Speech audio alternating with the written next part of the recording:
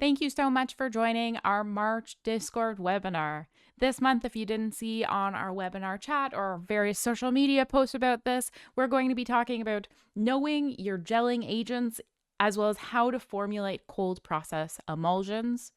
To be covered, if you didn't read the description, we're going to be talking about basic emulsion science, cold versus hot process emulsifiers, rheology modifiers, and a general how-to for cold process emulsions. Joining us to present is Jane Barber from Making Skincare, Annalisa Branca from Skin Perspective, and an offline cosmetic chemist, Alex Tolstoy. Please correct me if I've mispronounced any of your names. Thank you to our experts for agreeing to donate their time for this webinar. I hope you guys enjoy it, and you'll probably notice this session we've tried something a little different than what we've done in the past, which is to do this as a pre-recording, just to be as concise as we can about a topic that there's a lot to it. So we just wanted to make sure that we effectively got all the information there for you. If you like this format, then let us know in the webinar chat. If you prefer the latter format, then also let us know and we'll take that as feedback for future webinars. And just so you know, if you haven't noticed, we do these every month on our Discord channel. And then we also publish them onto our Beauty Science Notes YouTube channel following, which we publish it in the webinar chat text stream. So if you want to rewatch this after, then go to the chat to find the link. And stay tuned for next month. The date is April 15th, I believe. We're going to be hosting a bit of a careers night. We'll be announcing that in a bit more detail, probably tomorrow in the webinar chat channel. Anyways, with that, I will leave you with the webinar. I hope you enjoy. Hi, my name is Alex, and I'm very excited to talk to you about emulsions. Before we proceed to the fun part by Jane and Annalisa, I'd like to talk about a brief background on the science of emulsions. An emulsion is a mixture of immiscible liquids, meaning liquids that do not like mixing with each other. The reason why they don't like mixing with each other is because of their polarity. Polar molecules like water have an uneven electron distribution in their structure, meaning some areas are negatively charged and some areas are positively charged. Since we know that opposites attract, the positively charged areas of a molecule are attracted to the negatively charged areas of another molecule, causing a great attraction between them. Nonpolar molecules, on the other hand, have an even electron distribution in their structure, causing them to not have any charges. The reason why oil and water do not mix is because water molecules or polar molecules are very attracted to each other to a point that they almost exclusively hang out with each other and they push away anything that's not polar so that they can hang out. Nonpolar molecules, on the other hand, hang out not because they are attracted to each other, but because they are forced from exclusion. So, because the polar molecules tend to exclude other nonpolar molecules, the nonpolar molecules don't have any choice but to interact or intermingle with each other. It's a bit sad if you think about it. So now that we know why some liquids do not like mixing with each other, we can now talk about how we can form an emulsion even if the liquids are immiscible. And the reason is because of emulsifiers. Emulsifiers serve as a bridge between the water and the oil. So the hydrophilic and the hydrophobic. The reason is because they have both polar head and a non-polar tail. So they can form structures that can interact with these two phases.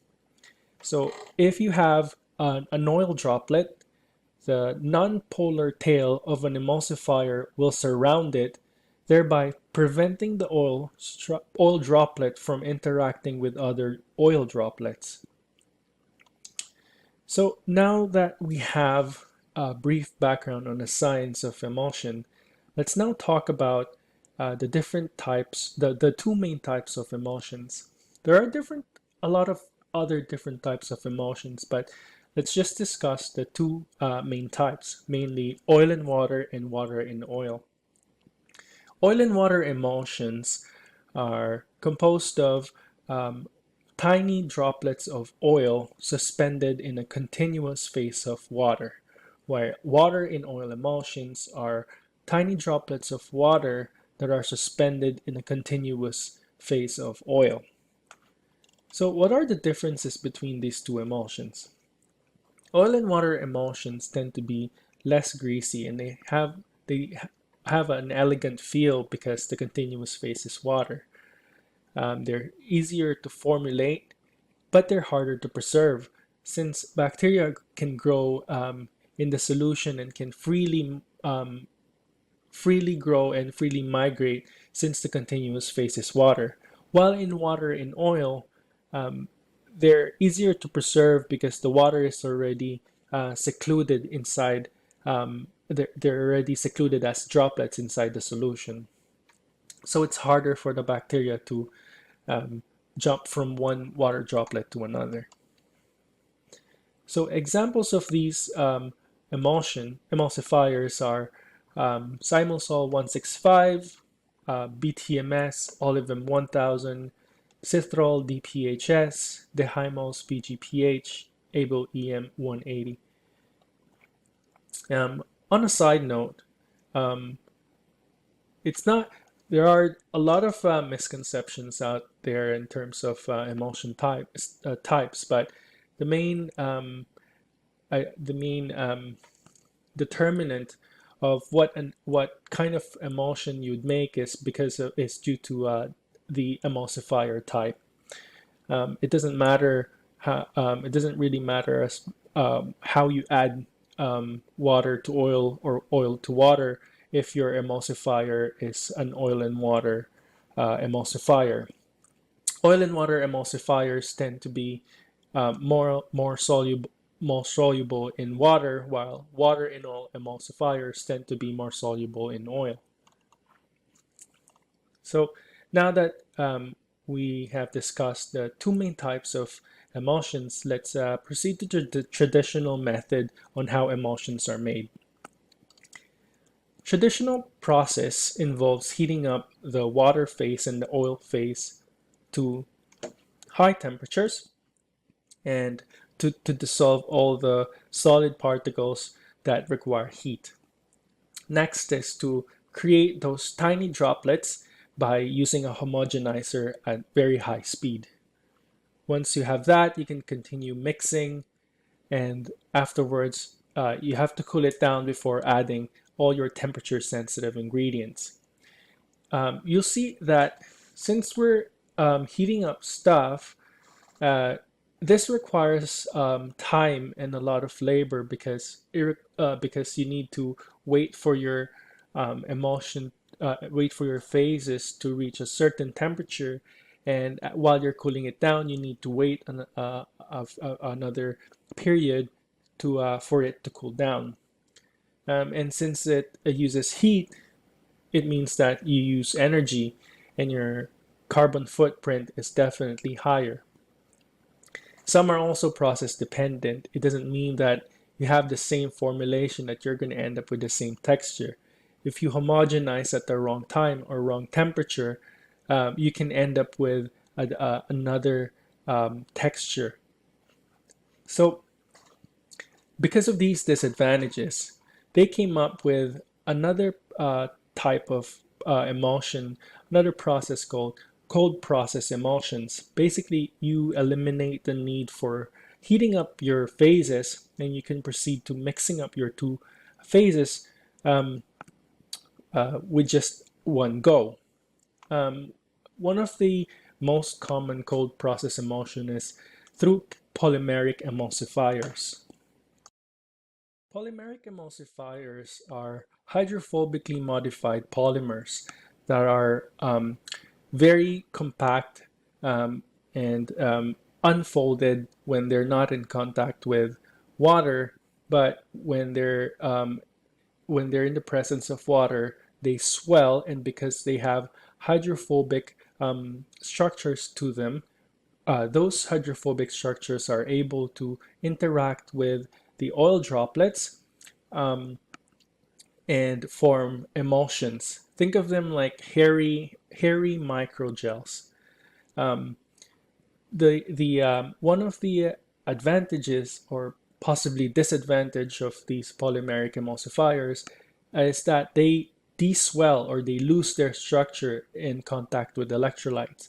This is good in terms of skin feel because when they come in contact with your skin, which has a lot of electrolytes, they lose their structure and they release their contents in your skin. So it feels that it's like a burst of hydration when you apply them. But the disadvantage is that if you add electrolytes, which we'll discuss later, they can also lose their structure. Examples of these are Cepigel 305, Simosol NS, Aristoflex ABC, and Pemulan Easy for you.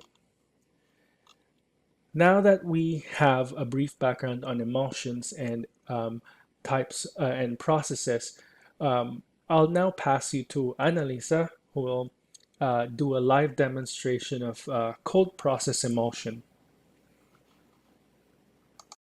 Hello everyone, I am Annalisa from Skin Perspective. Today I'm going to show you a very simple cold process emulsion with polymeric emulsifiers. As Alex explained, polymeric emulsifiers allow us to do hairy gels, and what that means is that you can imagine the polymer as a sort of bunched up string, and when you put it in the water, parts of the molecules will get charged and they will repel each other, and this will allow the polymer to open up and expand and create a gel. But polymeric emulsifiers are special because they are also hydrophobically modified, so part of the molecule likes lipids instead of water. And so what that means is that they will associate with the oil droplets that are suspended in our continuous phase, which is the water phase, and they will associate to the oil droplets, so you can imagine them as hooks, and they will keep the oil droplets stable, and they will prevent them from coming together and then separating. So now I'm going to show you how to make the emulsion. So we're going to use an overhead stirrer with a propeller blade because some of these polymeric emulsifiers are sensitive to shear. And here we have the water, the beaker with water already.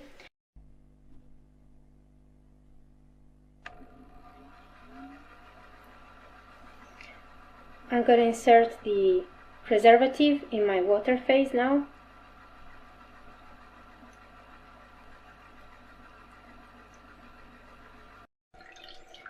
This is glycerin. It's a sort of a bit of a viscous liquid, and it's a humectant that we are going to add to the water.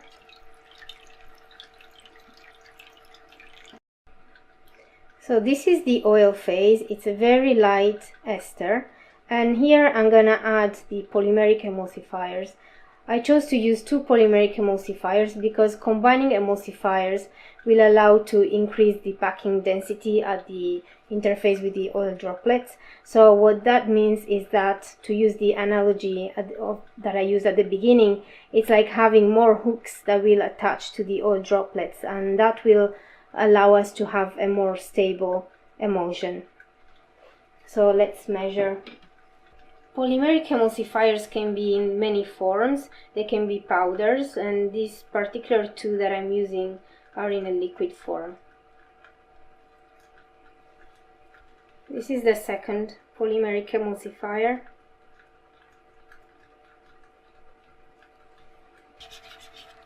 Okay, so now we will add the oil phase.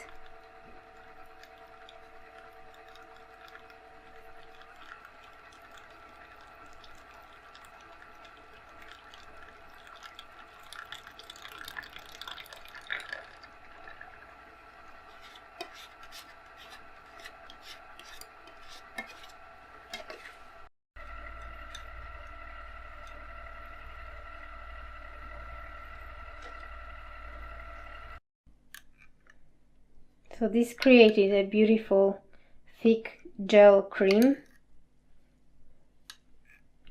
And now I'm gonna measure the pH and adjust it if necessary.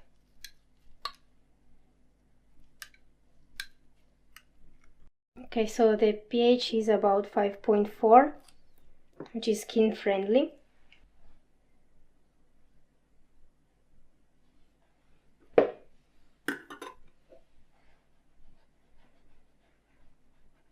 It's a very nice cream with a fresh feeling.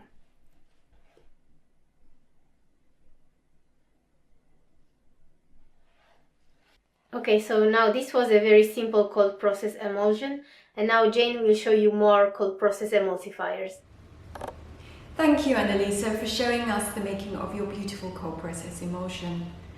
I'm Jane Barber from Making Skincare, and in this first half of the webinar, I'll be showing you a variety of cold process emulsions. Water in oil, oil in water, both natural and synthetic. As you saw earlier, cold process emulsions produce light gel creams and serums.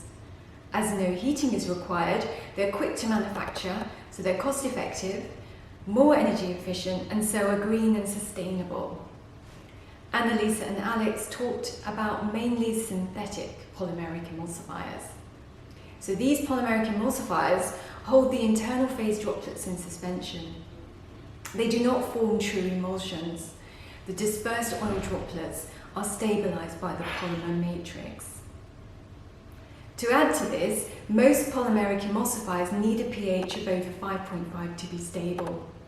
They have lower usage rates than traditional emulsifiers, but if you use too much, they can pill on application. They tend to be more viscous than natural cold process emulsions, as you'll see later. So what do these look like in the real world? Let's take a look at some on the market. Avène's Soothing Hydrating Serum uses the popular Sepigel 305 from Seppic. Dermalogica's C12 Pure Bright Serum includes Simugel NS, as does Sisley's Black Rose Cream Mask. We saw earlier Annalisa's emulsion. Here is an experiment I conducted comparing common synthetic polymeric cold process emulsifiers to see which ones are more stable. They all have the same base, but a different emulsifier blend. I deliberately formulated the experiment without stabilizers to challenge the emulsifier. The first experiment was carried out in June 2018, and as you can see, some are more stable than others. And I conducted another experiment in September 2020. There are also natural cold process emulsifiers available, both oil in water and water in oil. As this webinar is targeted towards formulators and most viewers are home crafters, I'm concentrating on the natural cold process emulsifiers available, but the choice is very limited on the DIY market. Just like I did with synthetic, here is a test I carried out in July 2019 to see which are more stable. All have the same base, but the emulsifier is different. And so that instability would show up more obviously, I did not add stabilizers. And as you can see, some of the emulsifiers here are struggling. It pays to be very skeptical of supplier claims about the performance of their emulsifiers. So that's oil and water covered. How about water and oil? Alex talked briefly about this type of emulsion, and here you can see a natural cold process water and oil emulsion being made. Again, using emulsifiers on the DIY market. Water and glycerin are added first to the water phase beaker. In the past, water and oil emulsions were thought of as greasy and heavy, but nowadays, with more modern ingredients and formulations, this is not the case. You are most likely to encounter emulsions where water is in the internal phase when you use a sunscreen or a liquid foundation. Water in oil emulsions are formulated and processed differently from oil in water emulsions. To decrease the attractive force between the dispersed phase droplets, an organic salt must be added into the water phase to stabilise. Now adding a broad spectrum preservative blend. A separate beaker is used which contains the oil phase. 2 emulsifiers are now added to it, which must be HLB6 or less. For this type of emulsion, the usual oil phase is around 25 to 35%, which is usually higher than oil in water. However, with some emulsifiers, it is possible to have an oil content as low as between 20 to 25%, and it still be stable. Here you can see emollients are being added. Medium polar oils are generally used as polar oils have more affinity to water, so tend to want to migrate to the water phase, and this causes destabilization due to Oswald ripening. A lipophilic gellant is also added for stability. Now that both the oil phase and water phases are weighed out into separate beakers, we are ready to combine the phases. The water phase is added dropwise initially to the oil phase with propeller agitation under the overhead stirrer. Lastly, we homogenize the emulsion, which improves stability by reducing the internal phase particle size and provides a more uniform dispersed phase. And here is the finished emulsion. For the natural formulators out there, here's an experiment with the most common DIY cold process water and oil emulsifiers, all with the same base but different emulsifier pairings. This shows the importance of pairing up emulsifiers correctly and using only those which are compatible and stable for your particular formula. You can see some have separated.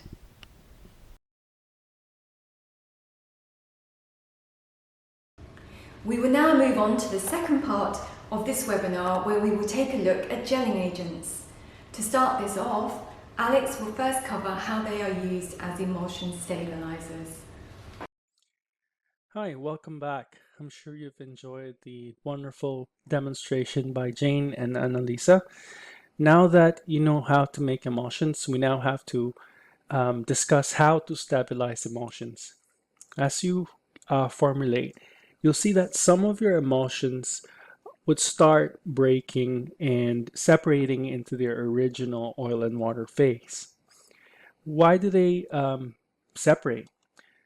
We've discussed before that stable emulsions are composed of tiny droplets suspended in a sea of either oil and water phase, and that the droplets are composed of an emulsifier that has a charge around it.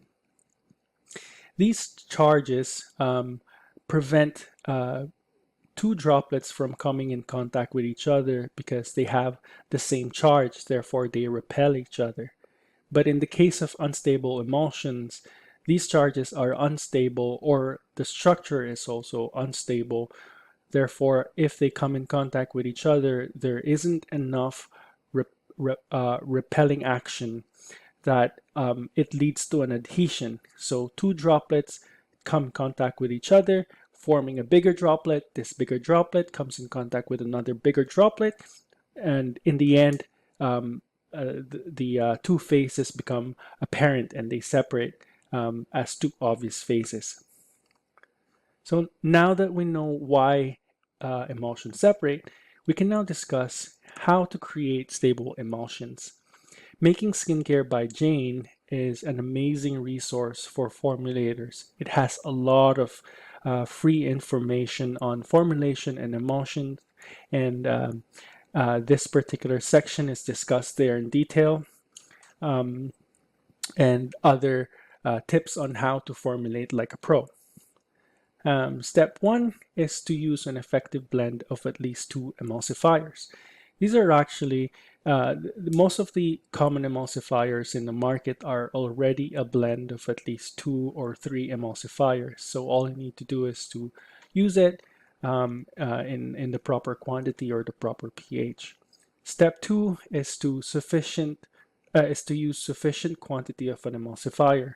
In general, we use 25% of the oil phase, but it's dependent on the emulsifier. So if you have 16% of oil, you need to use at least 4% of the emulsifier. Step 3 is to use high shear mixing at the right temperature. High shear mixing allows the formation of very tiny droplets. The tinier your droplets are, the more stable your most stable your emulsion will be. Step 4 and step 5 will be focusing on these. And step 4 is to strengthen the oil and water interface and slow down the rate of coalescence using thickeners and stabilizers. Step 5, other considerations like pH and electrolytes that you need to be aware of for each emulsifier that you use.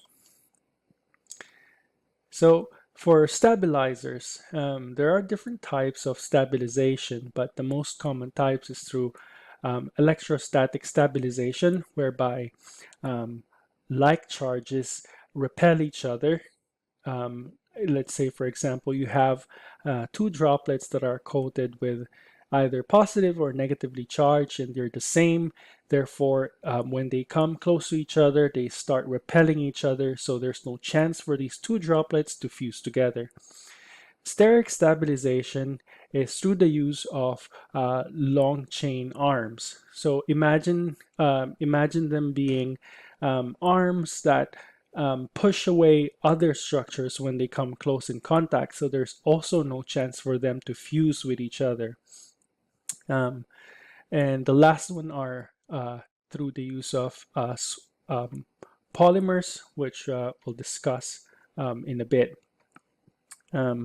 Gums are one of the most common ingredients to stabilize emulsions because they're natural, they're very tolerant to electrolytes, and they have a wide pH range.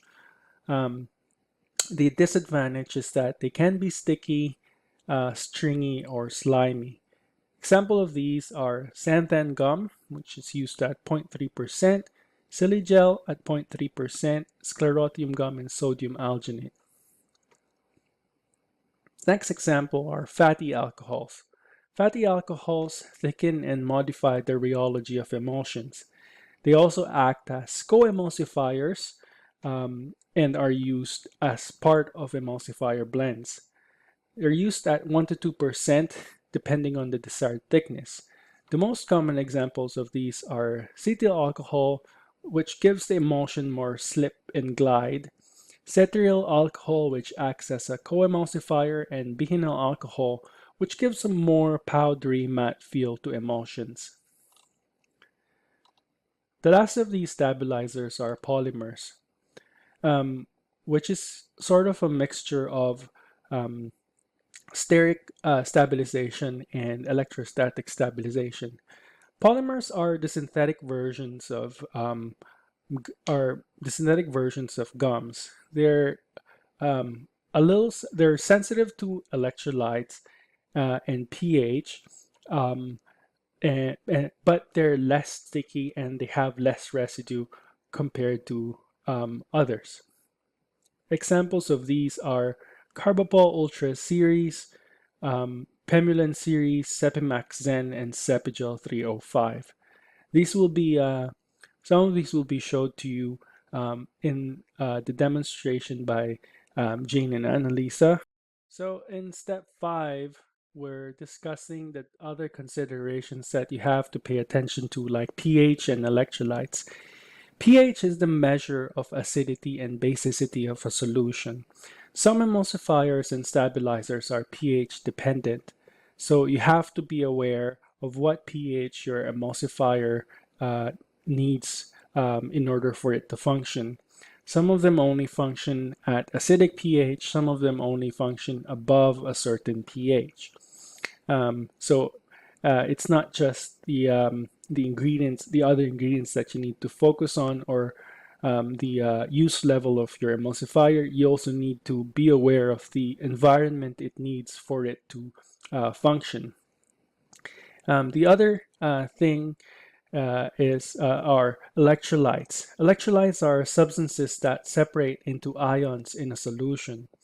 Some emulsifiers and stabilizers are sensitive to electrolytes, like polymers, polymeric emulsifiers that we've discussed before. Once they come in contact with electrolytes, they lose their structure and they release the water that they contain. This, as discussed, this can be an advantage and a disadvantage. Example are sodium lactate, extracts, aloe vera, magnesium oil. Extracts like aloe vera or just aloe vera can be a little bit tricky because it doesn't include sodium or magnesium, potassium in it, but these can contain a lot of other electrolytes, so you have to be careful when using them with electrolyte sensitive emulsifiers. So now I pass you to back to Jane and Annalisa for more demonstrations and fun experiments on um, uh, polymers and gums. Okay, now we are going to look at some gelling agents for the water phase. Gelling agents can be used for making gels, or they can use in emulsions to stabilize them. So here we have some gelling agents. We have xanthan gum, 2 of them, guar hydroxypropyltrimonium chloride, hydroxyethylcellulose, and carbomer 980. Each of these needs a different processing method. So here we have xanthan gum. They are exactly the same. This is a natural gum, but I want to show you the difference in processing. So if we add xanthan gum directly to the water, you see it will clump up and it will create what we call fish eyes.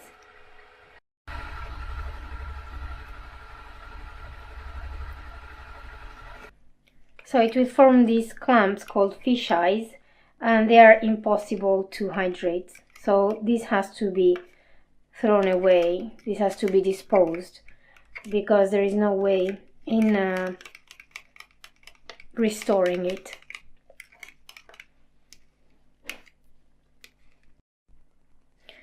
So the best way to process xanthan gum is either by mixing it and making a slurry with a humectant like glycerin, or adding it directly to an oil phase in the emulsions. But in this case, I'm gonna slurry it with a glycerin.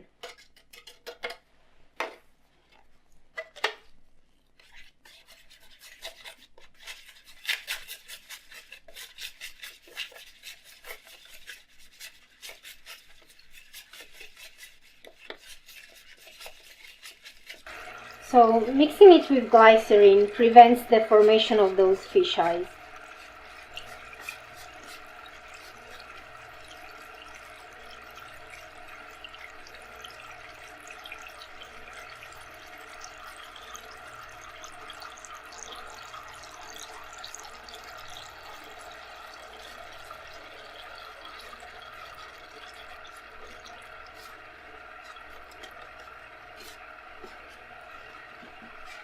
So there are some bubbles, that's completely normal when mixing in a small lab scale, but you see there are no fish eyes and the water is gelled.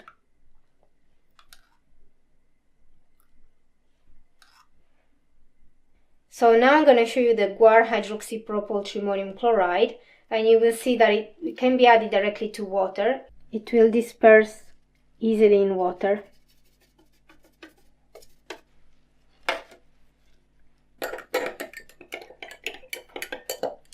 Without the formation of any clump. But the gel is not formed yet, this is not hydrated. So a way to process this is with high shear and warmed up water. However, we can also accelerate the hydration by decreasing the pH with citric acid.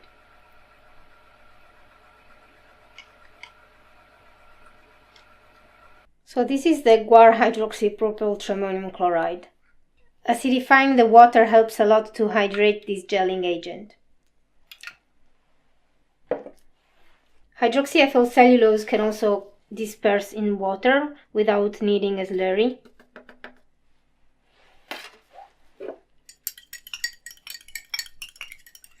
See, there are no lumps.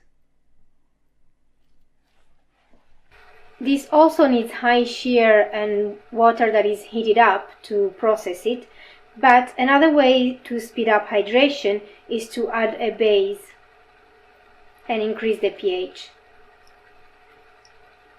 So the hydroxyethyl cellulose became a nice viscous gel.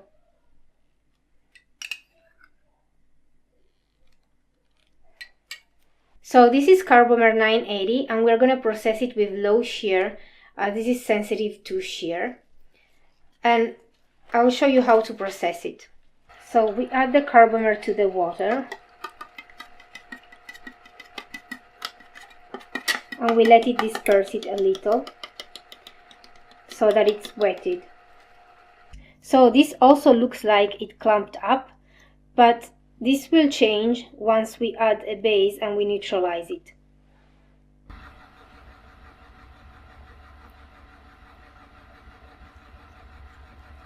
So the Carbomer 980 became a very viscous gel and there are no lumps anymore. Look how thick. So the xanthan gum is the less viscous, and this one is not clear, but there are other grades of xanthan gum that give clear gels. The guar hydroxypropyl triammonium chloride is a little bit more viscous. It's translucent, it's not completely transparent. And this one has cationic charge, so it's conditioning.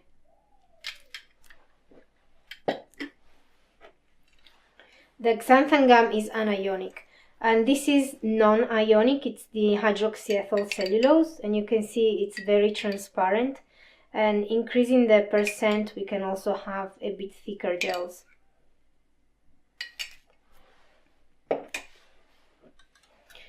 The carbomer, as I showed just before, is very thick.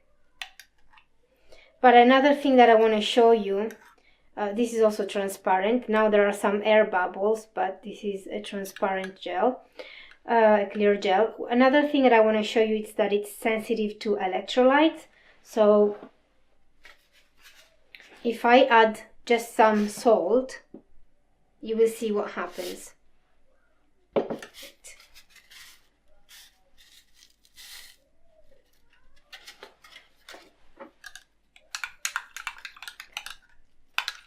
Just stir it in and it completely breaks, it becomes water thin, it completely breaks the gel.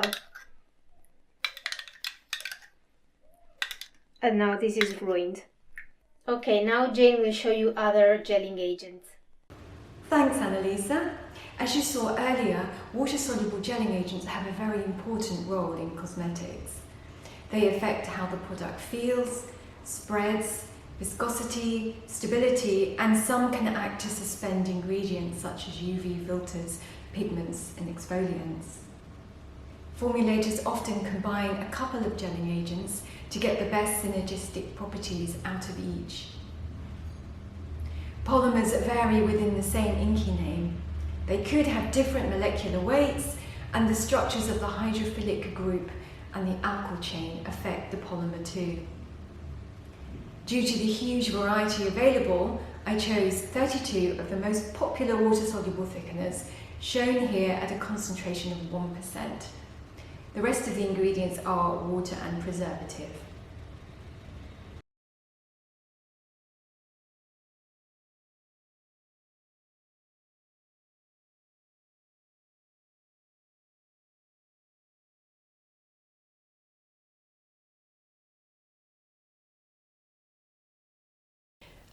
As you can see, some are more viscous than others, some are more clear, and some are more opaque. In terms of processing, some need heating, such as cellulosic polymers.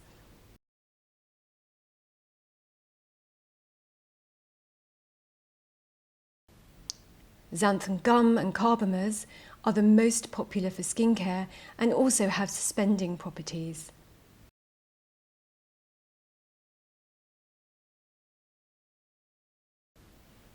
For hair care, cationic polymers such as cationic guar are popular.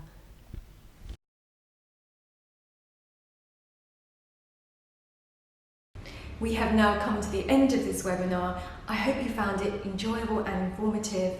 Thank you for watching.